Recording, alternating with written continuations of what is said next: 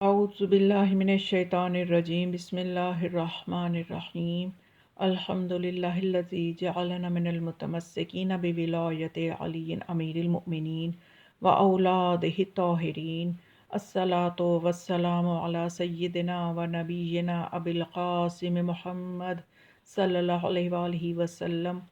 ماہ رجب کی بہت ہی اہم تاریخ جو کہ امام موسیٰ کاظم علیہ السلام کی شہادت سے منسوب ہے، 25 رجب اس مرتبہ بدھ کے روز آ رہی ہے، اور بدھ کا روز ہی امام موسیٰ کاظم علیہ السلام سے منسوب ہے یہ دن۔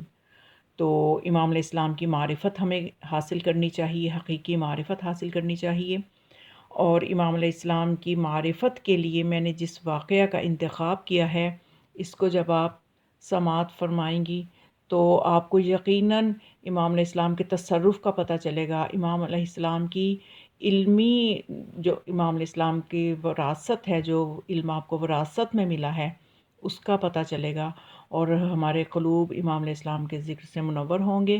بہت ہی خوبصورت واقعہ ہے کہ جس کے سننے کے بعد ہمیں اندازہ ہوگا کہ آپ حقیقی جانشین رسول ہیں، کیونکہ جو حقیقی جانشین رسول ہوتا ہے وہی حجت خدا ہوتا ہے، اور زمین کبھی بھی حجت خدا سے خالی نہیں رہتی، اور جو حجت خدا ہوتا ہے وہ سوائے خدا کے کسی سے نہیں ڈرتا۔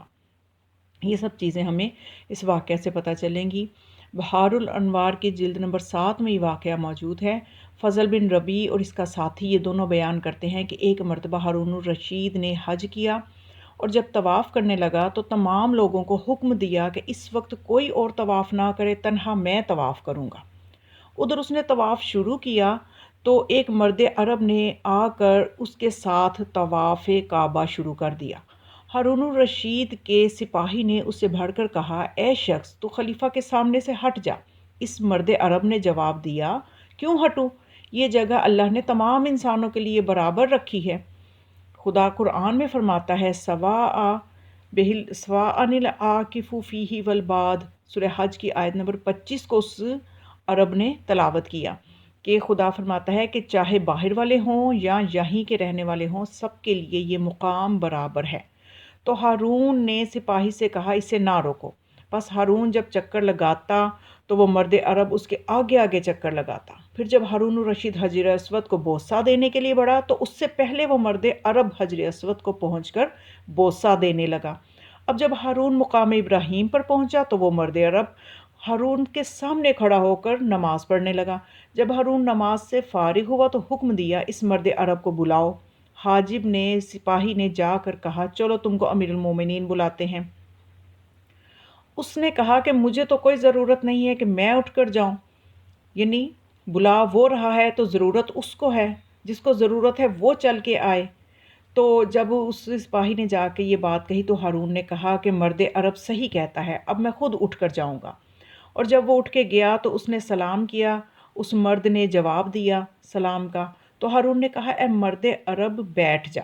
اس نے جواب دیا، یہ جگہ وہ نہیں کہ جہاں مجھے بیٹھنے کے لیے تمہاری اجازت کی ضرورت ہو، یہ خانہ خدا ہے جسے اللہ نے سارے بندوں کے لیے وضع کیا ہے، اگر تمہارا بیٹھنے کو جی چاہے بیٹھو، نہ چاہے تو واپس چلے جاؤ۔ یہ سن کر ہارون بیٹھ گیا اور بولا، اے مرد عرب، افسوس ہے تجھ پر کہ تجھ جیسا شخص بادشاہوں سے مزاحم ہوتا ہے، بادشاہوں سے بحث کرتا ہے۔ تو اس نے کہا، ہاں، اگر بادشاہوں کے پاس مال و دولت ہے تو میرے پاس علم ہے۔ ہارون نے کہا، اچھا، اگر علم ہے تو میں تجھ سے چند سوالات کرتا ہوں، اگر تو اس کے جواب نہ دے سکا تو تجھے سزا ملے گی۔ اس نے کہا، یہ بتاؤ کہ تم یہ سوالات کس حیثیت سے کر رہے ہو، ایک شاگرد کی حیثیت سے یا کہ صرف پریشان کرنے کے لیے؟ اس نے کہا کہ نہیں، میں ایک شاگرد متعلم کی حیثیت سے سوال کروں گا۔ اس مرد نے کہا، اگر ایسا ہے تو شاگردوں کی طرح میرے سامنے بیٹھ اور دریافت کر کیا کرنا ہے۔ ہارون نے کہا، اچھا بتاؤ فرائض کیا ہیں؟ اس مرد عرب نے کہا، اللہ تیرا بھلا کرے، فرض 1 ہے، 5 ہیں، 17 ہیں، 34 ہیں، 94 ہیں، اور 17 پر 153، پھر 12 میں سے 1، 40 میں سے 1، 200 میں سے 5، اور ساری عمر میں 1، اور 1 کے بدلے 1۔ راوی کا بیان ہے کہ یہ سن کے ہارون الرشید ہنسا اور بولا، میں نے تو فرض پوچھا تھا اور تو گنتی گننے لگا۔ مرد عرب نے کہا، تم اتنا بھی نہیں جانتے کہ دین سراپا حساب ہے، اگر دین حساب کا نہ ہوتا تو اللہ کبھی اپنی مخلوقات کا حساب نہ لیتا۔ پھر اس نے اس آیت کی تلاوت کی، وَإِن كَانَ مِثْقَالَ حَبَّةٍ مِّنْ خَرْدَلٍ آتَيْنَا بِهَا وَكَفَىٰ بِنَا حَاسِبِينَ۔ سورہ انبیاء کی آیت نمبر 47 کی اس عرب نے تلاوت کی کہ خدا فرماتا ہے کہ اگر رائی کے دانے کے برابر بھی کسی کا عمل ہے تو اللہ اس عمل کو بھی حاضر کرے گا اور اس کا بھی حساب لے گا، تو خدا حساب لینے کے لیے کافی ہے۔ پھر ہارون نے کہا اچھا تم نے جو کہا اس کی وضاحت اب کرو، ورنہ میں حکم دوں گا کہ تمہیں صفا و مروہ کے درمیان قتل کیا جائے۔ تو وہ اس سپاہی نے کہا یا امیر المؤمنین، خدا کے لیے اس جگہ کے احترام میں اس کو بخش دیں۔ یہ سن کر وہ مرد عرب ہنسا اور ہارون سے پوچھا کیوں؟ ہارون نے پوچھا کیوں ہنسے؟ اس نے کہا کہ تم دونوں کی عقلوں پہ ہنس رہا ہوں کہ پتہ نہیں تم دونوں میں سے سب سے زیادہ جاہل کون ہے۔ تو وہ زیادہ جاہل ہے جو موت کا وقت آ گیا ہے اور پھر دعا کرتا ہے کہ بخش دیا جائے، یا وہ زیادہ جاہل ہے کہ ابھی موت کا وقت نہیں آیا اور کہتا ہے کہ میں تیرے لیے قتل کا حکم دیتا ہوں۔ یعنی یہاں پہ دیکھیے کہ مرد عرب کی ذہانت، فصاحت دیکھیے کہ یعنی دونوں کی بات کو ثابت کیا کہ تم دونوں کی بات جہالت پہ مبنی ہے، تمہارا موت اور زندگی پہ کوئی اختیار نہیں ہے، موت اور حیات جو اللہ کے اختیار میں ہے۔ کہ ایک ایسا جاہل ہے کہ جو ابھی موت آئی نہیں تو کہہ رہا ہے کہ بخش دو، اور دوسرا ایسا جاہل کہ موت اس کے اختیار میں نہیں تو کہہ رہا ہے کہ میں قتل کا حکم دے دوں گا۔ تو یعنی دونوں ہی جاہل ہیں۔ تو بہرحال اس مرد عرب نے اس طرح سے کہا، اور اس کے بعد ہارون نے کہا اچھا چلو اس بحث کو رہنے دو، تو جو تم نے کہا ہے اس کی وضاحت کرو۔ تو اس مرد عرب نے کہا سنو، میرا قول ہے کہ فرض ایک ہے تو وہ دین اسلام ہے، اور جو میں نے کہا 5 تو 5 وقت کی نماز ہے، اور 17 تو وہ نمازوں کی 17 رکعتیں ہیں، اور 34 تو یہ ان کے اندر 34 سجدے ہیں، اور 94 تو یہ نمازوں کے اندر 94 تکبیرات ہیں، اور جو 153 تو یہ اس کے اندر 153 تسبیحات ہیں۔ پھر میرا یہ قول کہ 12 میں سے ایک، تو 12 مہینوں میں سے ایک مہینہ ہے جس میں روزے فرض ہیں، اور میرا یہ قول کہ 40 میں سے ایک، تو جس کے پاس 40 دینار ہیں اللہ نے اس پر فرض کیا ہے کہ وہ 1 دینار زکوٰۃ دے، اور میرا قول کہ 200 میں سے 5، تو جس کے پاس 200 درہم ہیں اس پر فرض ہے کہ 5 درہم زکوٰۃ دے۔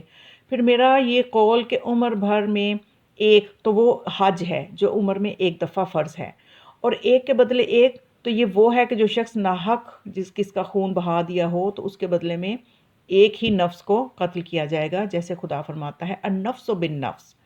تو ہارون الرشید نے یہ تفصیل سنی تو کہا کہ اللہ تیرا بھلا کرے، اچھی وضاحت کی، اور مرد عرب کو ایک تھیلی عطا کی نقدیات کی۔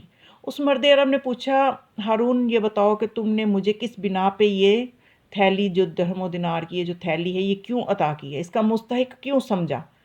تو ہارون نے کہا کہ اس نے کہا کہ سوال پر مجھے یہ تھیلی عطا کی ہے یا کہ جواب پر؟ تو ہارون نے کہا کہ جواب پر۔